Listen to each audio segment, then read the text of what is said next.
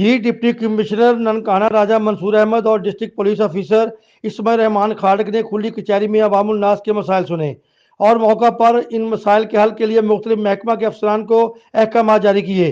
इस मौका पर डिप्टी कमिश्नर ननकाना राजा मंसूर अहमद ने कहा कि अवामुल नास के मसाइल हल करना ज़रिए इंतजामिया की अवलीन तरजीहात में शामिल है।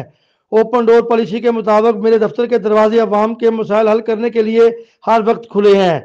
किसी भी शख्स को किसी भी ज़िले महकमा से शिकायत हो तो वो मुझे बिला झिझक आकर मिल सकता है। मेरिट पर इसका मसला हल किया जाएगा। इस मौका पर district police officer Ismail Rehman Khadak ने अपने ख्यालात का इजहार करते हुए कहा कि मेरे समेत तमाम पुलिस अफसरान व मुलाजमान जिला भर की आवाम को फौरी इंसाफ फराहम करने में अपना अपना किरदार अदा कर रहे हैं। जिला ननकाना साहब को जराइम से पाक बनाना महकमा पुलिस का मिशन है।